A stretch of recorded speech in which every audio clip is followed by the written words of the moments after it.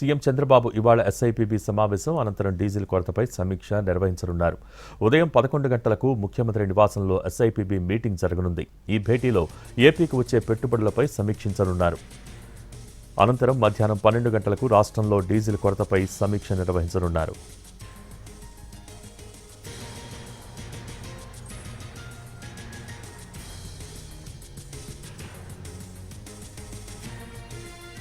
ఇప్పటికే petrol, diesel కొరతపై focus పెట్టిన చంద్రబాబు జిల్లాల వారీగా ప్రస్తుత పరిస్థితి తెలుసుకున్నారు. సరఫరా లేక 10% బంకులు మూతపడ్డట్టు అధికారులు తెలిపారు. పానిక్ కొనుగోళ్లతో ఒక్కసారిగా 50%కి పైగా డిమాండ్ పెరిగిందని వివరించారు. సమస్య పరిష్కారంపై నివేదిక ఇవ్వాలని అధికారుల్ని చంద్రబాబు ఆదేశించారు. ప్రజలు ఇబ్బందులు పడకుండా చర్యలు తీసుకోవాలని సూచించారు.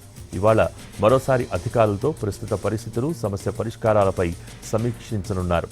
ఆ తర్వాత విశాఖ పర్యటనకు బయలుదేరనున్నారు సీఎం చంద్రబాబు.